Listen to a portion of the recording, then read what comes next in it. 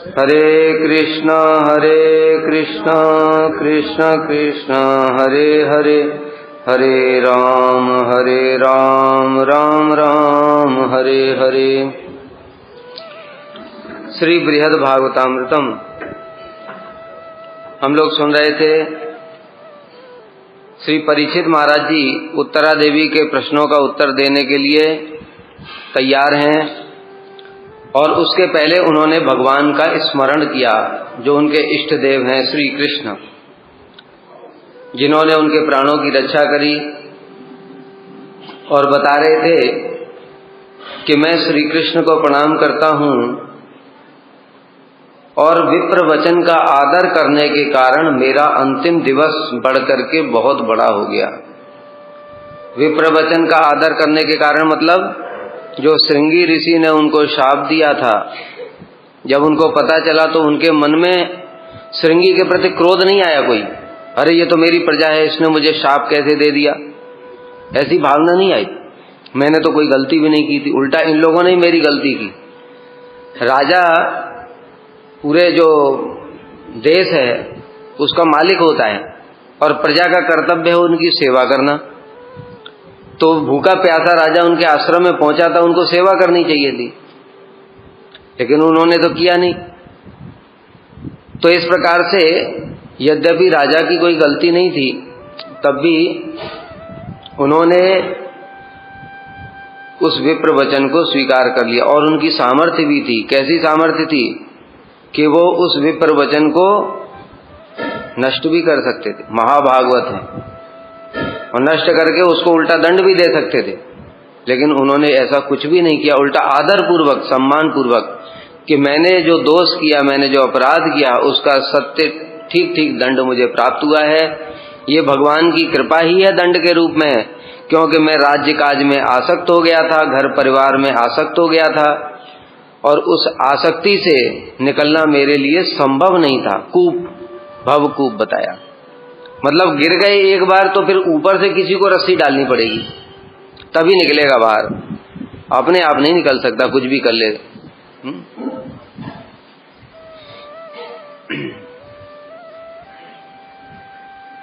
इसलिए विप्र वचन का उन्होंने आदर किया। इस कारण से जो उनका अंतिम दिवस है वो बहुत बड़ा हो गया। मतलब अभी तक्षक आया नहीं। यद्यपि श्री सुखदेव गोस्वामी कथा सुना करके चले गए, लेकिन तक्षक आया नहीं क्योंकि दिन बड़ा हो गया है। अतः अब मैं अनन्य चित्त से आपके प्रश्न के उत्तर में जो कहूंगा उसे समस्त वैष्णव शास्त्रों का सार स्वरूप जानना। हम लोग पूछते ना बार बार, मतलब इतने सारे शास्त्र हैं, कौन सा पढ़े क्या पढ़े? अरे सारे शास्त्रों का सार बता रहे हैं, अभी ज्यादा पढ़ने की जरूरत ही क्या है। जो कुछ बताएंगे उसको ध्यान से सुनना, बस उसी में सब शास्त्रों का सार है। बाकी शास्त्रों में बहुत सारी बातें भी है, लेकिन सार रूप में यही है।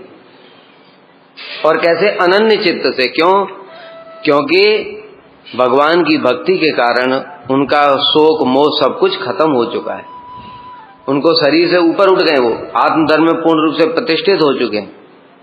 इसलिए उनका चित्त उद्विग्न नहीं है दूसरी किसी वस्तु में। अरे तक्षक आ जाएगा, डस लेगा, किधर से ना आ जाए, उधर से ना आ जाए। वो तो भारत के सम्राट थे, पूरे पृथ्वी के सम्राट थे। वो चाहते तो पूरा सेना लगा देते चारों तरफ। किया उन्होंने कुछ ऐसा? कुछ भी नहीं किया, अपना चुपचाप हरि कथा में निमग्न थे।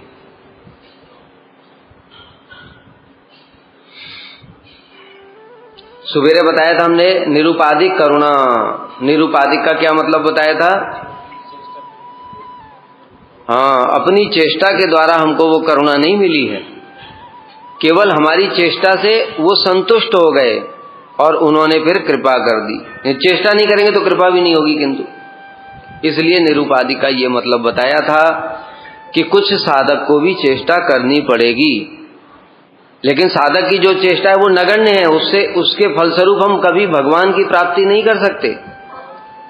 इसलिए गुरु कृपा एव केवलम, गुरु कृपा ही केवल मात्र उपाय है। क्यों बताया? क्योंकि हम अपनी चेष्टा से जो कुछ हरि नाम कर रहे हैं, जो कुछ भी कथा कीर्तन में बैठे हुए हैं, मन कहीं और है, कीर्तन में बैठे हैं, कृष्ण की संतुष्टि से मतलब ही नहीं है, अपनी इंद्रिय तृप्ति देखते हैं। आज वाह क्या ये वाला जो कीर्तन था, इसमें बड़ा बढ़िया सुर तान लगाया, आनंद किसको हुआ? मुझे हुआ ना। आत्मेंद्री प्रीति वांछा तारे वाले काम, तो मुझे आनंद हुआ, तो ये काम हुआ, ये कीर्तन कहाँ हुआ? इसलिए हम लोग कीर्तन अभी नहीं कर रहे हैं, अभी अपनी इंद्रिय तृप्ति हो रही है। जब कीर्तन होगा तब सोचेंगे कृष्ण को आनंद हुआ कि नहीं, कृष्ण को इस कीर्तन से सुख मिला होगा कि नहीं। वो तो संभव ही नहीं हमारे लिए सोच पाना, कैसे संभव है बताओ? जब तक संबंध नहीं होगा कृष्ण के साथ, तब तक पता ही नहीं उनकी इच्छा क्या है, अनिच्छा क्या है, क्या पसंद है, क्या नहीं पसंद है, तब तक अपने हिसाब से चले जा रहा है। तो इसलिए ऐसे ही बताओ, ऐसे भजन साधन से भगवान की प्राप्ति कैसे संभव है? लेकिन फिर भी हो जाती है। क्यों? क्योंकि गुरु जी देखते हैं ये चेष्टा कर रहा है, अनर्थग्रस्त है, तो क्या हुआ? पहले गुरु जी धीरे धीरे अनर्थों को दूर करते हैं, और अनर्थों को दूर करते करते फिर धीरे धीरे चित्त शुद्ध होता है, तब उसमें फिर भक्ति का प्रादुर्भाव हो जाता है और भगवत प्राप्ति हो जाती है, जो हमारे लिए बिल्कुल असंभव सी बात। इसलिए निरुपाधिक कृपा। अतएव समस्त गुणों से हीन मुझ जैसे निकृष्ट व्यक्ति में जो गुणों का उत्कर्ष है, वह उन श्री कृष्ण की ही महिमा है। यहाँ बड़ी विशेष बात बताई गई है, इस एक एक लाइन में बहुत शिक्षा है। क्या शिक्षा है? परीक्षित महाराज जी कह रहे हैं मुझ जैसे निकृष्ट व्यक्ति। परीक्षित महाराज जी निकृष्ट हैं? क्या बताया प्रारंभ में ही? महाभागवत, उनके जन्म के समय ही ब्राह्मणों ने बोल दिया था ये इसके गुण कृष्ण के जैसे गुण होंगे। और भी कितने सारे उनकी पहले भी महिमा बताई गई, फिर वहां पर निकृष्ट क्यों कह रहे हैं? क्योंकि भक्ति का लक्षण है ये। जिसके अंदर में भक्ति आएगी वो अपने को दीनहीन, अत्यंत दीनहीन समझेगा। कैसे? जगाई मदाई हईते मुई से पापिष्ट, पुरसेर कीट हईते मुई से लगिष्ट, मोर जई नाम लय तार पाप है, मोर जई नाम लय तार पुण्य है। मतलब क्या? श्री कविराज गोस्वामी जिन्होंने चैतन्य चरितामृत जैसा इतना चमत्कार ग्रंथ लिखा है, ये ग्रंथ नहीं पूरा चमत्कार है, जो पढ़ेगा उसको समझ में आएगा। ऐसा अद्भुत ग्रंथ तो मतलब कभी कल्पना भी नहीं करी थी हम। ऐसा ग्रंथ लिखने के बाद क्या कह रहे हैं? जगाई मदाई से भी नीच हूं मैं, विष्ठा के कीड़े से भी गया गुजरा हूं, मेरा नाम लेने वाले को पाप लग जाता है। क्यों? ये दीनता का कारण है, इसका कारण है दीनता। इसलिए श्रील वामन गोसाई महाराज जी ने, श्रील त्रिविक्रम गोसाई महाराज जी ने अपना एक लेख में लिखा हुआ है, हम लोग जो आरती कीर्तन गाते हैं उसमें अंतिम पद है हमारे परम गुरुदेव ने दीनता पूर्वक उसको लिखा, अभागा केशव करे नाम संकीर्तन। उसको बहुत सारे लोगों ने मॉडिफाई कर दिया, ये तो अपराध है। क्यों? एक तो परम गुरुदेव की वाणी में टीका देने का किसने योग्यता किसने दी? किसने ऐसी सामर्थ्य दे दी कि परम गुरुदेव जैसे महाभागवत जो प्रभुपाद जी के पार्षद हैं उनकी वाणी में हमने टीका लगा दिया? हमारी इतनी शक्ति हो गई? अरे हमारे जो गुरुवर्ग हैं जिसको गौड़ी विधान समिति के 3 स्तंभ है, उन्होंने तो कभी लगाया नहीं, उसके बाद वालों ने लगा दिया, वो इतने शक्तिशाली हैं। श्रील वामन गोसाई महाराज जी ने पूरा एक कथा है, जिसको सुनना हो वो सुन लेना, बंगला भाषा में है, मेरे पास सेव किया हुआ है मैंने, सुन लेना अच्छे से। 1 घंटे तक पूरा इस विषय पे बहुत सारी बातें बताई हैं। उनकी अप्राकृत दीनता है वो। लोग कहते हैं हमको अच्छा नहीं लगता, तुम्हारे अच्छा लगने के लिए परम गुरुदेव ने लिखा क्या? बताओ। परम गुरुदेव ने कृष्ण की प्रीति के लिए लिखा कि तुम्हारी प्रीति के लिए लिखा? ये सब विचार करना चाहिए भाई। इसलिए महाजनों की पदावली को बार बार पढ़ो। कीर्तन जितने भी गाते सब लोग देखता हूं मैं कई जगह ठाकुर भक्ति विनोद लगा दे। ठाकुर वहां पे ठाकुर उन्होंने लिखा नहीं है, तुमने क्यों लगाया? जैसा लिखा है वैसा एज इट इज गाना है।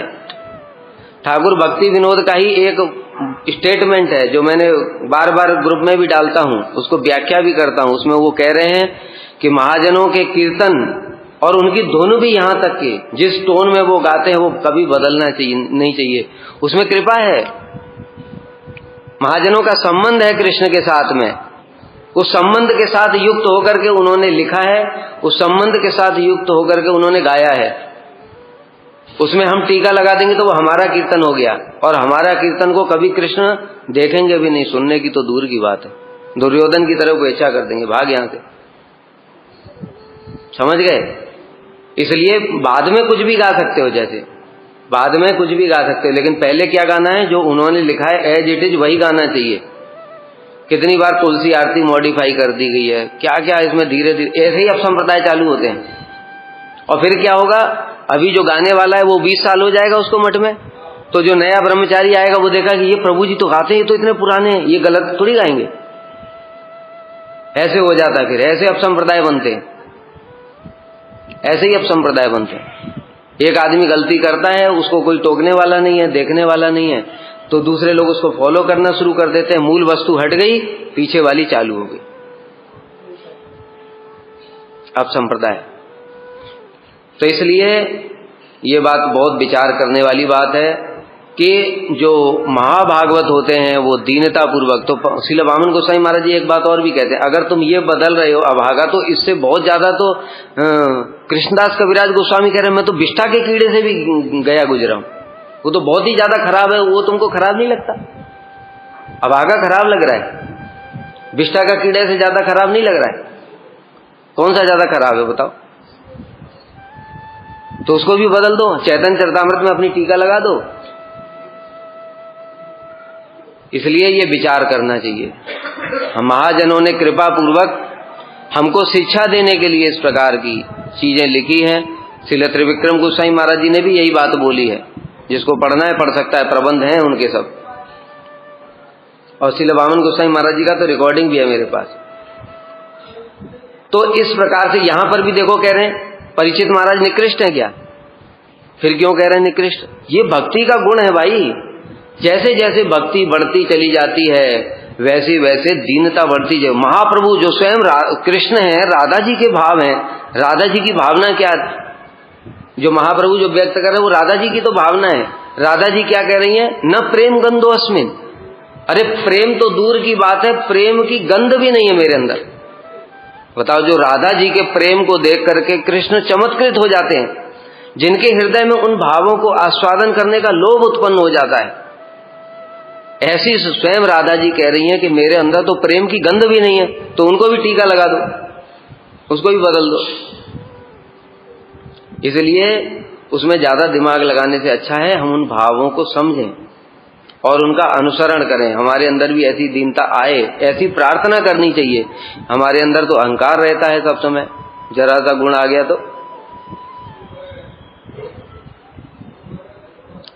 तो कह रहे हैं कि मेरे जैसे निकृष्ट व्यक्ति में भी, वैष्णवों के अंदर क्या होता है कि मैं तो बड़ा निकृष्ट हूं। तो फिर कोई पूछेगा, मान लो कृष्णदास कविराज गोस्वामी से, अच्छा आप कह रहे हो कि जगाई मदाई से भी ज्यादा पापी हो, तो फिर ये सब लिख रहे हो, वो इतना बड़ा बड़ा बात आपने कैसे लिख दिया? यही समझने वाली बात है। ये भावना हमारे अंदर होनी चाहिए। क्या? तब कह रहे हैं मदन मोहन मुझे जो लिखा रहे हैं मैं वही लिख रहा हूं, मतलब मेरी कोई सामर्थ्य नहीं है, मैं तो बड़ा पापी हूं। बुढ़ापा आ गया है, मुझे आंखों से दिखाई नहीं देता है, लिखते हुए हाथ कलम कांपती है, लेकिन मदन मोहन जी की कृपा से मैं लिख रहा हूं। ऐसे ही जब हमारे अंदर में जो थोड़ी भक्ति आएगी, भक्ति से जो गुण आएंगे, पहले हमने बताया था ना, एक जागतिक गुण होते हैं, एक भक्ति से गुण होते हैं। अंतर क्या बताया था?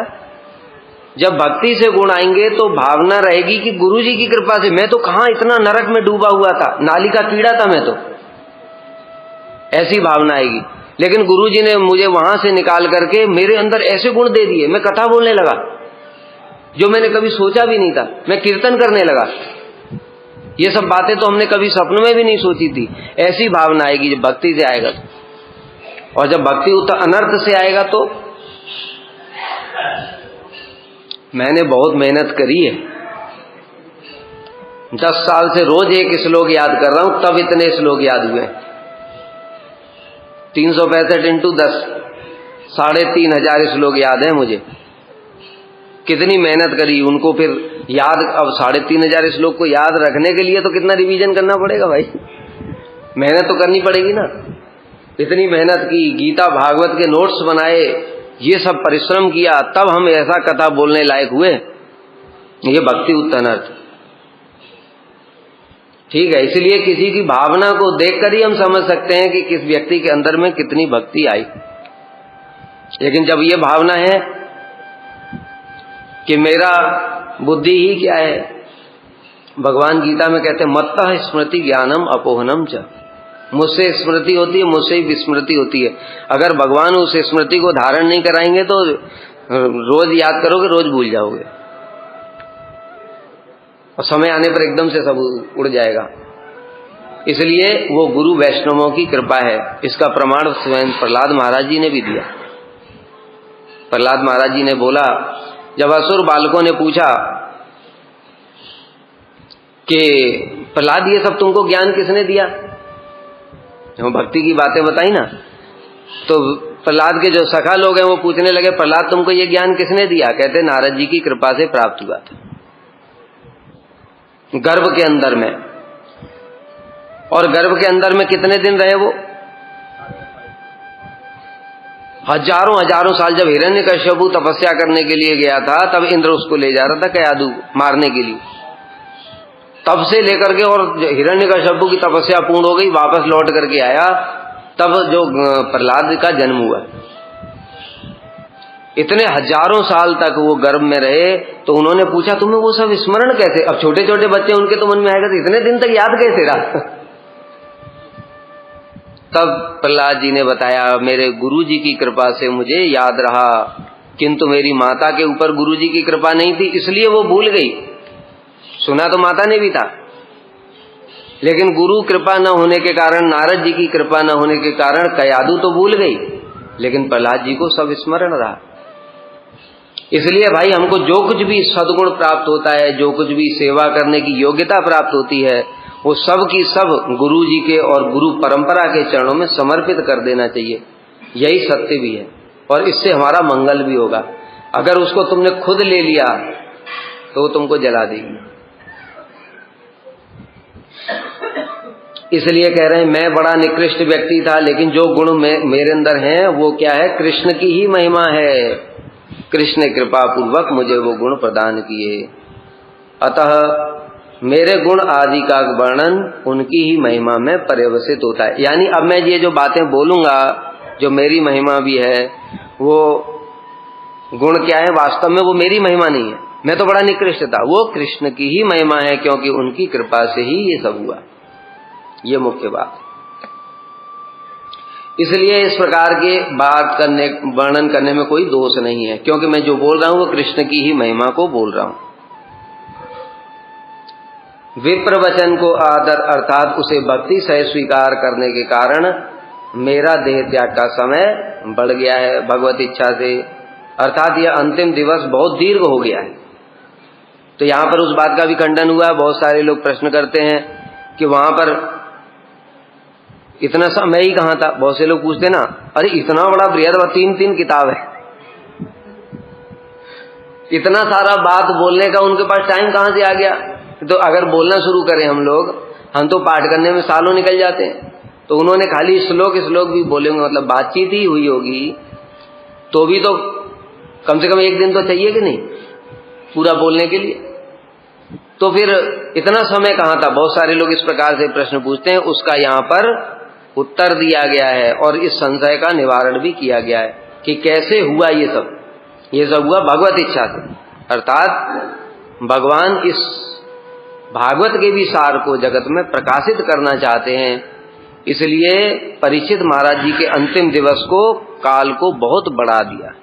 इसलिए उन्होंने उत्तरा देवी के प्रश्नों का उत्तर दिया। अतः देह त्याग काल में एकाग्र चित्त से, अर्थात योगादि कर्तव्य को त्याग कर, योगादि मतलब मरने के समय योग की जरूरत नहीं है, एकाग्र चित्त से आपके प्रश्न का उत्तर प्रदान करने के प्रसंग में समस्त वैष्णव शास्त्रों का सार जिस कथा में है वह कथा वर्णन कर रहा हूं। यानी जितने सारे शास्त्रों का सार है वो इस कथा में है, इसलिए मैं बाकी कुछ करने की आवश्यकता ही क्या है? इसी कथा में ही मन लगा करके मैं आपको ये बातें सुनाऊंगा।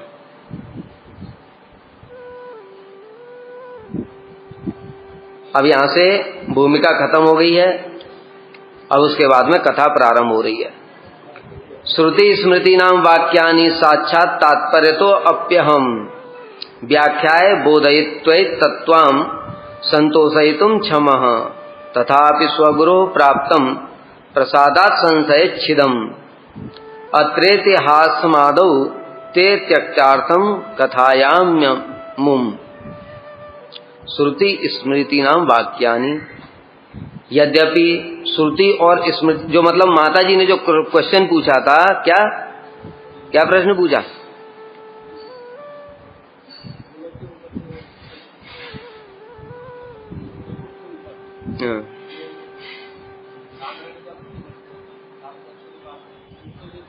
हाँ, पूछा ये प्रश्न कि भाई ये जो प्रेमी भक्त हैं, उन प्रेमी भक्तों का भी बड़ा तारतम्य है, उसमें सर्वोत्तम ब्रजवासी हैं, तो क्या सबको जो धाम मिलता है बैकुंठ, क्या उनको भी वही मिलता है? ये तो ठीक नहीं हुआ, मुझे तो ये अच्छा नहीं लग रहा, इससे मेरा चित्त संतुष्ट नहीं है।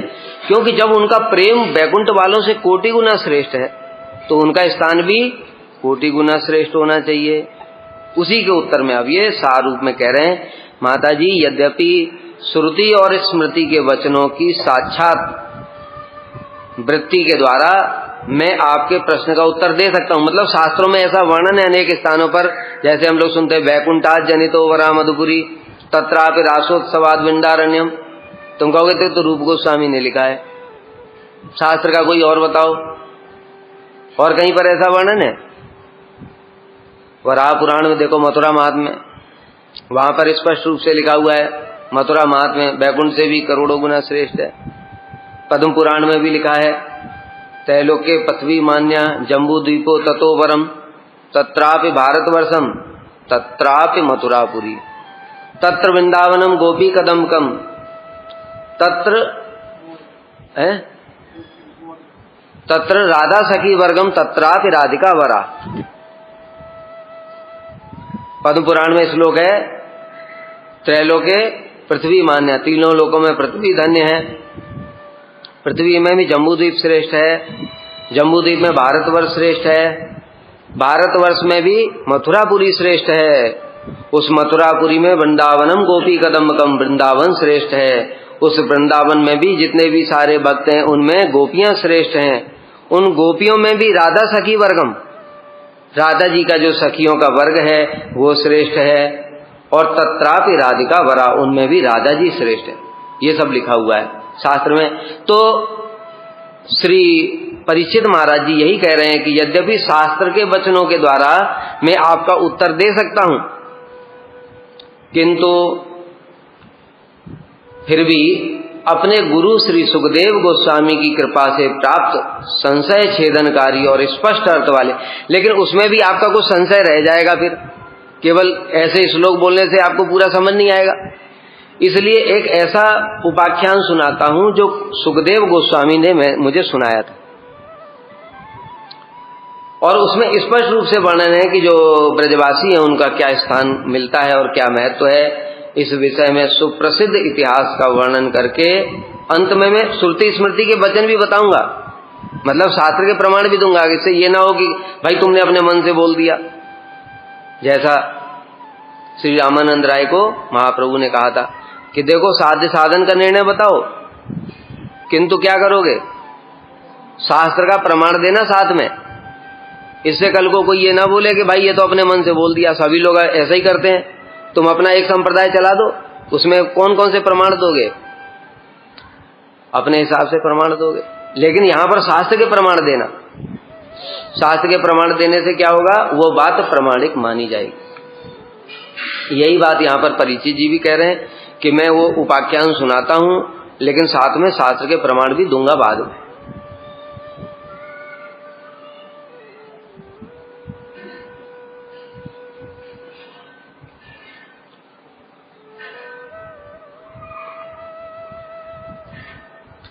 अब सुनो, कथा शुरू हो गई। विप्रो निष्किंचनः कश्चित् पुरा प्राग ज्योतिषे पुरे वसन्न ज्ञात शास्त्रार्थो बहुत द्रविण काम्यया तत्रत्य देवीं कामाख्यां श्रद्धयानुदिनं भजन तस्या सकाश तुष्टया स्वप्ने मंत्रम दशाक्षरम लेवे मदन गोपाल चरणाम्भोज दैवतम तद ध्यानादि विधानाड्यम साक्षात एव महानिधिम। अब यहां पर कथा शुरू हो गई। विप्रो निष्किंचन कश्चित, कोई एक निष्किंचन विप्र था। यहां निष्किंचन कौन सा वाला, देखो शास्त्र का प्रसंग देखना चाहिए। यहां पर पांडवों जैसा निष्किंचन की बात नहीं हो रही है। पांडव निष्किंचन है मतलब उनके पास तो सारी पृथ्वी का ऐश्वर्य है, फिर निष्किंचन कैसे हुए? यहां ब्राह्मण, ये गरीब ब्राह्मण है, इसके पास कुछ भी नहीं है। तो वहां पर प्रसंग का मतलब क्या है निष्किंचन का, कि जिनका कृष्ण के अतिरिक्त अन्य कुछ भी नहीं है, वो है निष्किंचन। और यहां निष्किंचन का मतलब क्या है? दरिद्र। दरिद्र ब्राह्मण रहता था प्राग ज्योतिषपुर में। और क्या था? शास्त्र अर्थो न ज्ञात, उसको शास्त्र का ज्ञान नहीं था, मतलब पढ़ा लिखा ब्राह्मण नहीं था। जैसे वेद पाठी होते हैं ब्राह्मण, और जो शास्त्र के जितने भी वेद होते हैं और वेदों के अंग इत्यादि होते हैं उन सब में एक्सपर्ट, ऐसा कुछ नहीं था। वो शास्त्र के अर्थों को भी नहीं जानता था, ज्यादा पढ़ा लिखा नहीं था, ऊपर से गरीब भी था।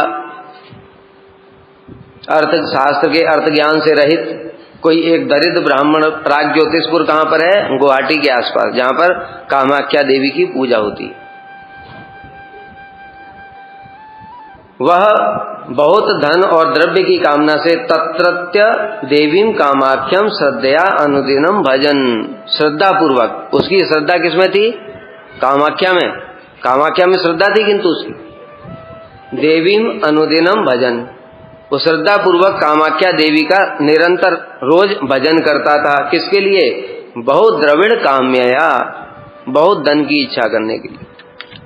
धन की इच्छा से प्रतिदिन श्रद्धा पूर्वक कामाख्या देवी की पूजा करता था। तस्या सकाशा तुष्टया स्वप्ने मंत्रम दशाक्षरम। अब देवी उससे संतुष्ट हो गई। अब देवी ने संतुष्ट होकर के उसको स्वप्न में एक मंत्र दे दिया। ये मंत्र कौन सा था? तस्या स्वप्ने मंत्रम दशाक्षरम, दशाक्षर मंत्र था, मतलब गोपाल मंत्र प्रदान कर दिया। गोपाल मंत्र क्या है? दशाक्षर। हमारा दशाक्षर नहीं है, हमारा कितना है?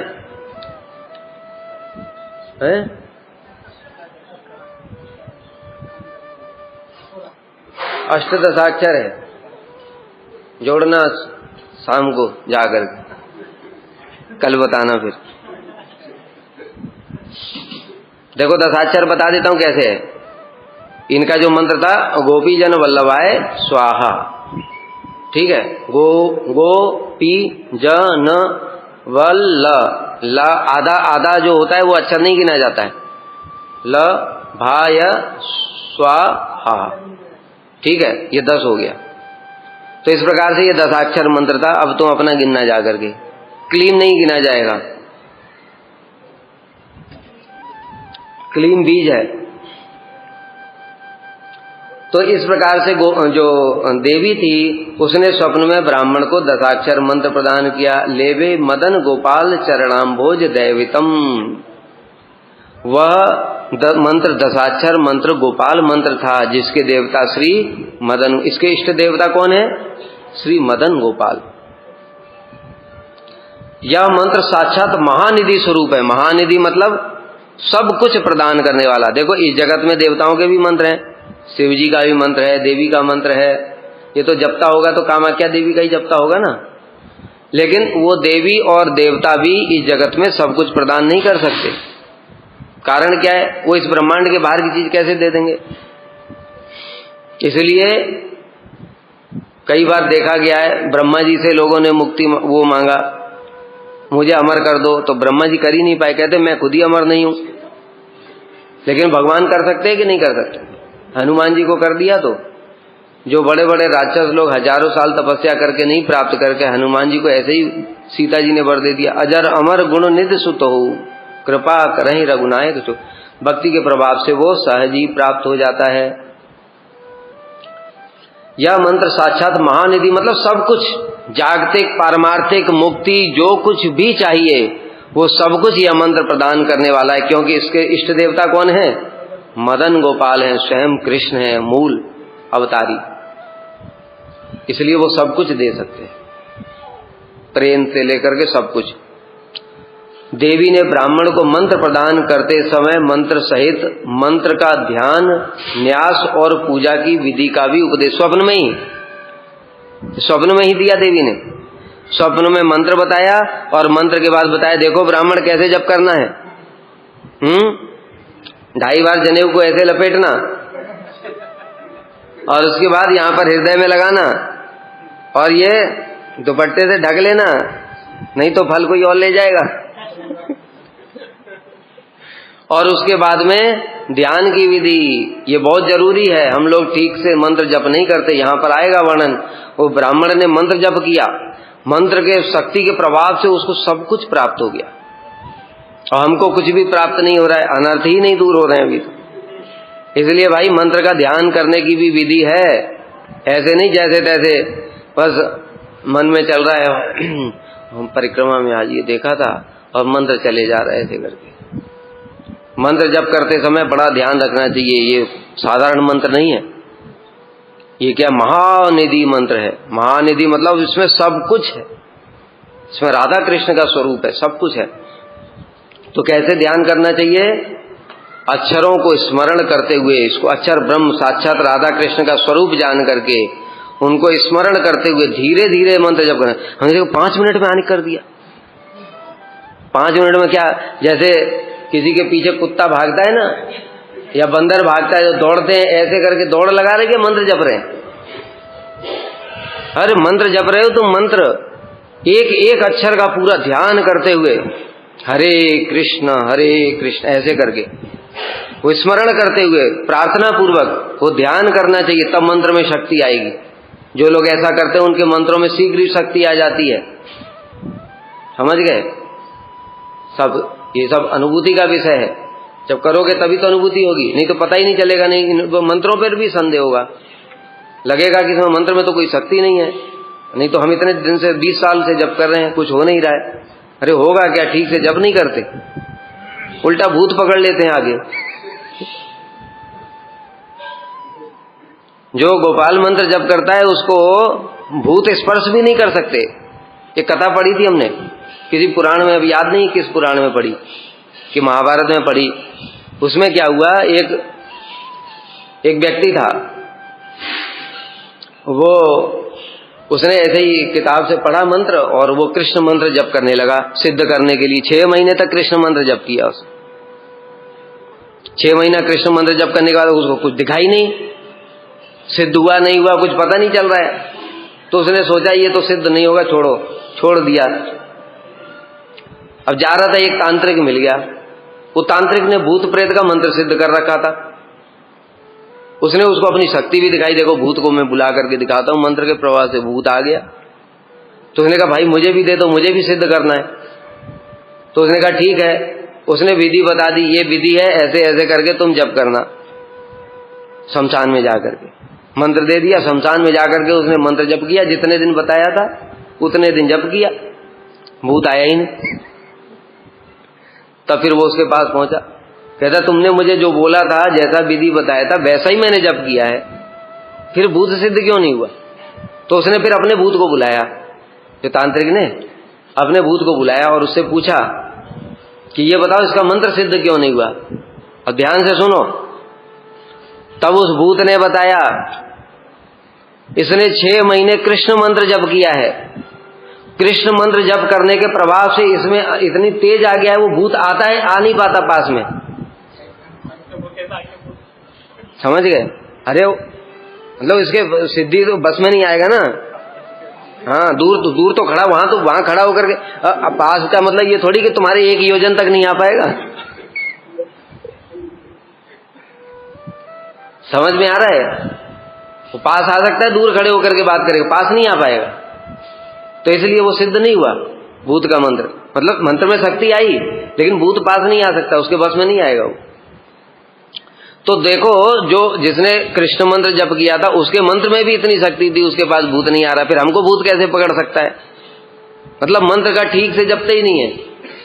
मंत्र में बहुत शक्ति है, और हमारे तो मंत्र सिद्ध हैं, ब्रह्मा जी के द्वारा परंपरा में प्राप्त हुए। नारद जी को, नारद जी वेद व्यास जी को, फिर महाप्रभु की धारा में हम लोग आए। मतलब सौभाग्य की कोई सीमा ही नहीं है हमारी। श्रील प्रभुपाद ने स्वयं ये मंत्र हमको दिए हैं परंपरा से। कितना शक्ति है इनके अंदर में। इसलिए देवी ने उसको बताया और कहा कि इस मंत्र के प्रभाव से ही उपास्य मदन गोपाल के चरण कमलों की सेवा प्राप्त होगी। ये करके देवी ने बता दिया। श्री सनातन गोस्वामी टीका में कह रहे हैं, वह ब्राह्मण दरिद्र था और शास्त्रों के अर्थ ज्ञान से विहीन होने के कारण शास्त्र का ज्ञान भी नहीं था उसको। मतलब ब्राह्मण का क्या कर्तव्य होता है, जैसे और सब ब्राह्मण करते हैं, वो भी पता नहीं था उसको। इस कारण से वो महामूर्ख था। लेकिन होने पर भी यहां उस मंत्र के परम प्रभाव को निर्दिष्ट किया गया है। महामूर्ख होने पर भी जो मंत्र था उसमें इतनी शक्ति है कि उसके प्रभाव से वो महामूर्ख भी सब कुछ प्राप्त कर ले गया। देखो, ब्राह्मण था लेकिन कुछ नहीं जानता था, केवल नाम का ही ब्राह्मण था। उसको न तो कुछ शास्त्र पता थे, न शास्त्रों का अर्थ कुछ पता था, अपना कर्तव्य क्या वो भी पता नहीं था। लेकिन मंत्र की इतनी शक्ति थी कि ऐसा होने पर भी उसको सब कुछ प्राप्त हुआ। अर्थात उसके समान महामूर्ख के भी समस्त मनोरथ पूर्ण होने से देवी द्वारा प्रदान किए गए मंत्र का ही प्रभाव निर्दिष्ट हो रहा है। मंत्र की शक्ति है। इसलिए तो हरे कृष्ण महामंत्र के लिए बताया गया है कि किसी को इसका अर्थ पता हो, नहीं पता हो, कुछ भी हो, जैसे तैसे भी जपेगा। अजामिल को क्या नारायण का अर्थ पता था? वो तो अपने पुत्र को ही बुला रहा था, लेकिन प्रभाव तो दिखाई दिया ना।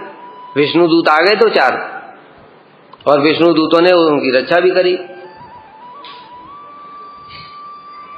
तो इसलिए ब्राह्मण बहुत धन की कामना से प्राग ज्योतिष में कामाख्या देवी की सेवा करता था।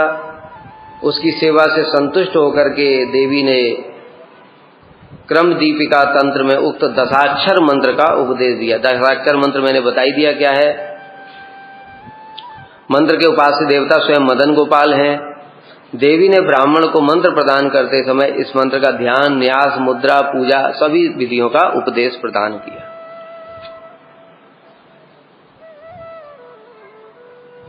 यदि आशंका हो कि देवी का भजन करने से किस प्रकार उस ब्राह्मण की धन की कामना दूर हो गई, इसके उत्तर में मतलब पूजा तो कर रहा था देवी की, मंत्र जप रहा है मदन गोपाल का, तो उसका धन की कामना फिर दूर कैसे हो गई? कहते हैं ये मंत्र महानिधि स्वरूप है। मतलब जो देवी देवता जो कुछ भी देंगे वो सब कुछ भगवान की भक्ति से भी प्राप्त हो जाएगा। भगवान ने बताया ना भागवत में, क्या बताया? इस लोग बताओ, कौन बताएगा? बताओ, इस लोग बताओ, इसमें कहा है कि भगवान के भक्ति से सब प्राप्त हो जाएगा?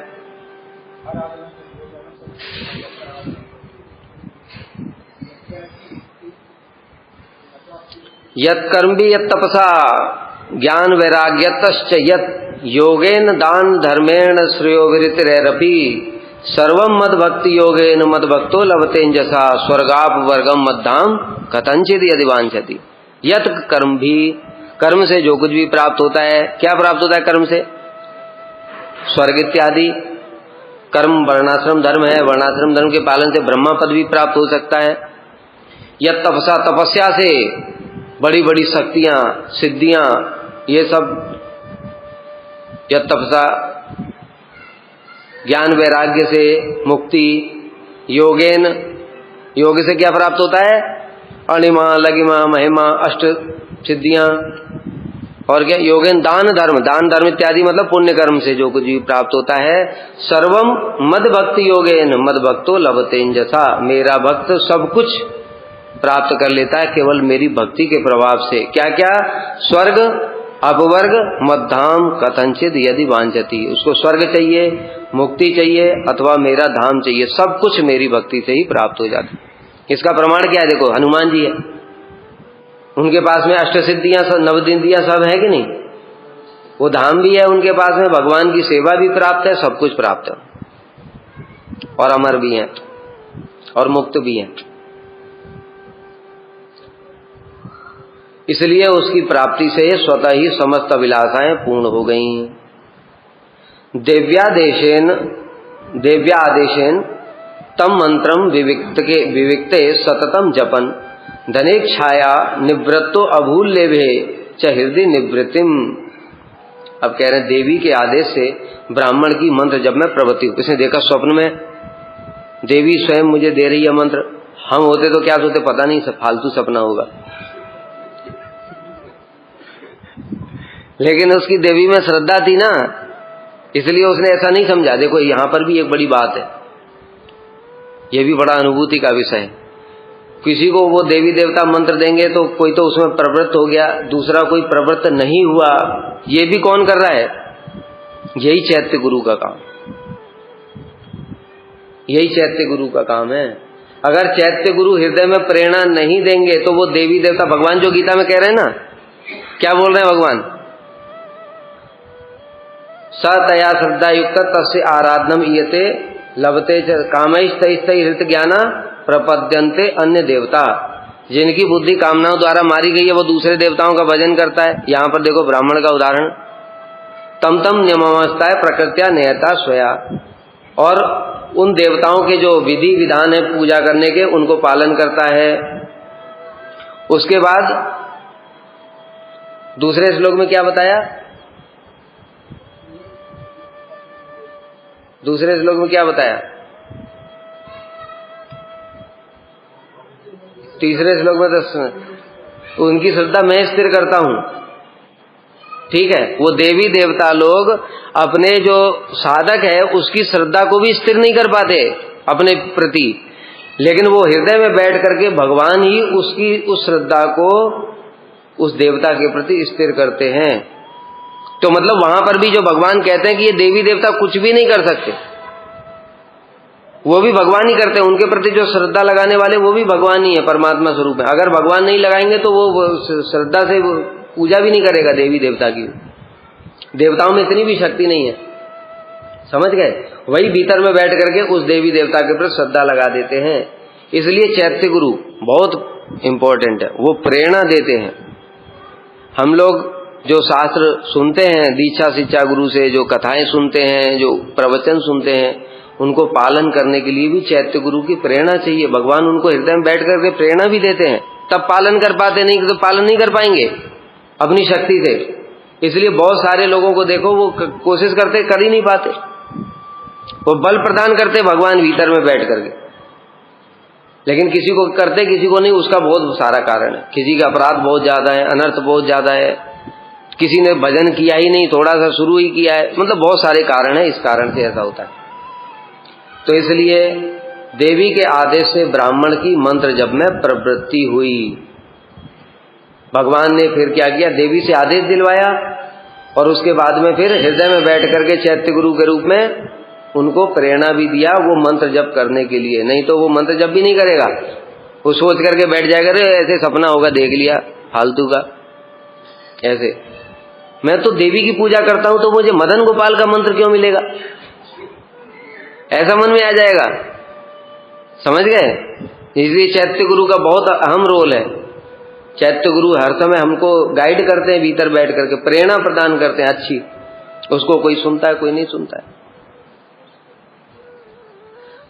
तो फिर क्या किया? मंत्र जप में प्रवृत्ति हुई, मंत्र जप करने लगा निर्जन में बैठ करके।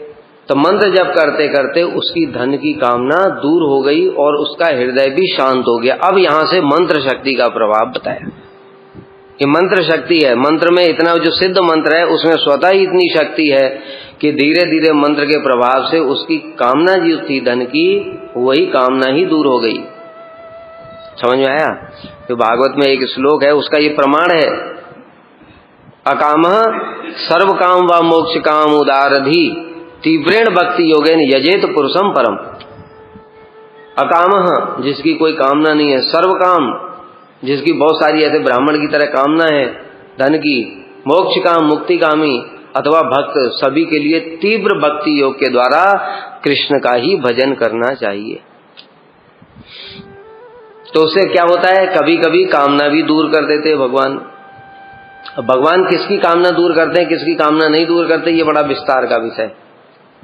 ये ऐसे हमको पता नहीं चलेगा बद्ध जीवों को, वो मुक्त महापुरुष जानते सब, किसी की क्यों दूर की, किसी की क्यों दूर नहीं की। इसलिए धन की कामना दूर हो गई और उसका चित्त शांत हो गया।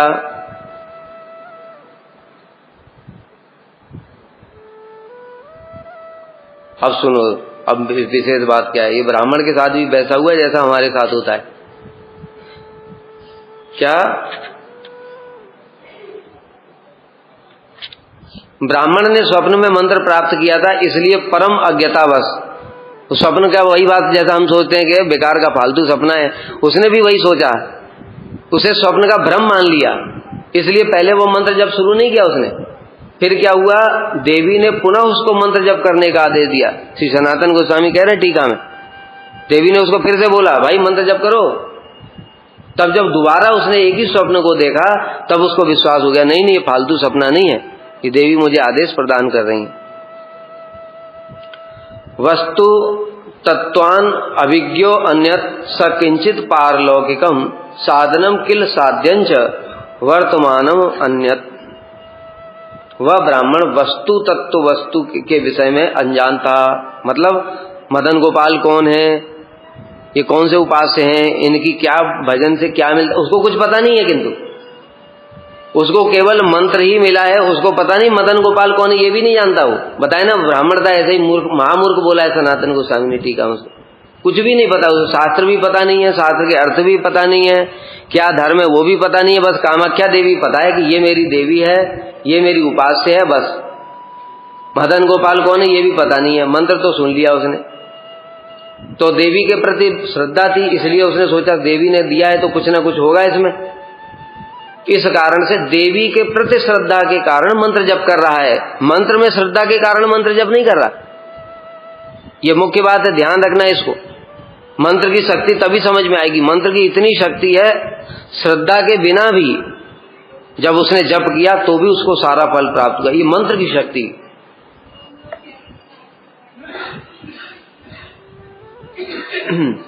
और वह सोचने लगा कि मंत्र के अलावा कोई दूसरा पारलौकिक साध्य और साधन वर्तमान है। पहली बात तो उसकी जो धन की कामना थी मंत्र जप के प्रभाव से, वो तो खत्म हो गई। ठीक है, मंत्र जप के प्रभाव से धन की कामना खत्म हो गई।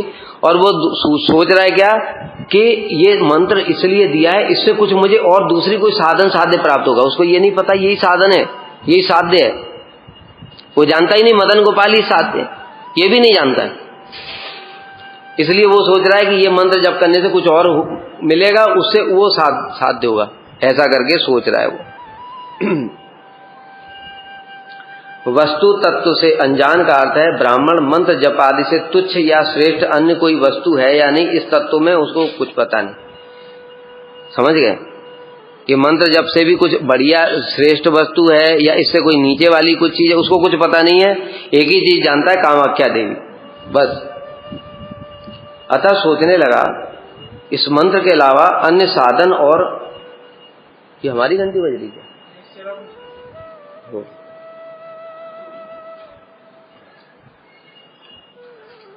इस मंत्र के अलावा अन्य साधन और उनके ध्यान आदि से प्राप्त अन्य कोई साध्य वस्तु वर्तमान है, ये सोच रहा है। इसका तात्पर्य यह है कि वह पहले पारलौकिक कार्यों के प्रति निरपेक्ष था। पहले वो पारलौकिक कोई कार्य जानता नहीं था। ये सब भजन क्या है, कुछ साध्य प्राप्त करना, इसके लिए नहीं वो चाह रहा था। वो क्या चाहता था, केवल धन चाहता था। लेकिन मंत्र के प्रभाव से वो धन की कामना दूर हो गई और पारलौकिक चीज के प्रति उसकी रुचि हो गई। ये भी मंत्र का प्रभाव। इस विषय में उसने देवी के मुख से उस मंत्र जप का महात्म्य श्रवण नहीं किया था। बताया था, देवी ने ये नहीं बताया कि ये मंत्र तुमको पता है, ये मंत्र महानिधि है। देवी ने क्या किया, मंत्र बताया और कहा देखो कैसे जप करना है, ये बता दिया, बस हो गया, और देवी चली गई। ये क्या मंत्र है, इसके इष्ट कौन है, उपास्य कौन है, इससे क्या मिलेगा, कुछ नहीं बताया देवी ने, केवल मंत्र दिया है बस। अतः उसकी महिमा न जानने के कारण उसके अलावा और भी कोई दूसरा साध्य साधन है, ऐसा सोचकर वह मंत्र जप से विरक्त था। इसलिए उसने सोचा कि ये तो मंत्र जप रहा था मैं, अब धन की कामना तो खत्म हो गई है, अभी मंत्र की जरूरत क्या है, कुछ और, कुछ पारलौकिक कुछ मिलेगा। तो इसलिए देवी को दोबारा स्वप्न देना पड़ा कि अरे मूर्ख, मैंने मंत्र दिया, जप करना बंद कर दिया, जप करो इसको।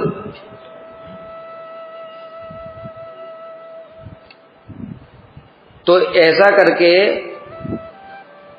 ऐसा सोचकर वह मंत्र जप से विरक्त था। इसके द्वारा मंत्र का प्रभाव सूचित होता है। मंत्र का प्रभाव मतलब श्रद्धा रहित होकर भी, मंत्र के प्रति कोई श्रद्धा नहीं है। इसी प्रकार से हमने सुना गुरुजी से खुद, बहुत से लोग होते, गुरुजी इस मंत्र का मतलब क्या है, करने की विधि क्या है, बहुत सारी चीजें कभी देखा है। कई बार जो गुरुजी मंत्र देते हैं तो बताते ही नहीं। अधिकतर लोग, वैष्णव लोगों का ऐसा ही है, वे मंत्र जप करो। उसका यहाँ पर प्रमाण है कि मंत्र में तब भी इतनी शक्ति है कि विधि न जानने पर भी और श्रद्धा पूर्वक मंत्र करने से भी, श्रद्धा के बिना भी इसको तो फल मिल रहा है। मंत्र के प्रति श्रद्धा नहीं, केवल देवी के प्रति। ऐसे ही हमारी गुरुजी के प्रति अगर श्रद्धा है, मंत्र के प्रति श्रद्धा न भी हो तो भी मंत्र शक्ति दिखाएगा। लेकिन अगर गुरु के प्रति श्रद्धा नहीं है तब नहीं दिखाएगा, इतना याद रखना। गुरु मूल है। इसकी कामाख्या देवी के प्रति श्रद्धा थी, उसकी, ये तो गुरु वही है अभी। तो श्रद्धा रहित होने पर भी मंत्र का जप समस्त अभिलाषाओं को पूर्ण करता है। मंत्र जप की अन्य जो कुछ भी महिमा है उसे यहाँ पर नहीं बताया गया। तो गुरु जी जो बताते हैं, धीरे धीरे वो मंत्र का सब प्रभाव भी समझ में आ जाएगा। जप करते करते विधि भी समझ में आ जाएगी और उसकी शक्ति भी समझ में आ जाएगी, सब कुछ समझ में आ, धीरे धीरे प्रकाशित होता है मंत्र।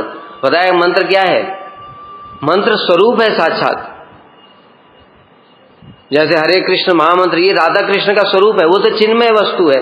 राधा कृष्ण हमारे हृदय में धीरे धीरे प्रकाशित करेंगे वो सारी तत्वों को, और जब सिद्ध होगा ये मंत्र तब राधा कृष्ण उससे प्रकट हो जाएंगे, प्रकट होकर के हमको दर्शन प्रदान करेंगे। ये मंत्र होता है।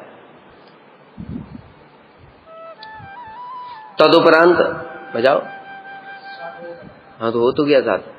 तदुपरांत देवी का आदेश प्राप्त होने से ब्राह्मण मंत्र जप में प्रवृत्त हुआ। मतलब दोबारा देवी ने आदेश दिया कि मंत्र जप कर, तो फिर मंत्र जप में फिर से मंत्र जप करने लगा और सदैव निर्जन में उस प्राप्त किए गए मंत्र का जप करने लगा।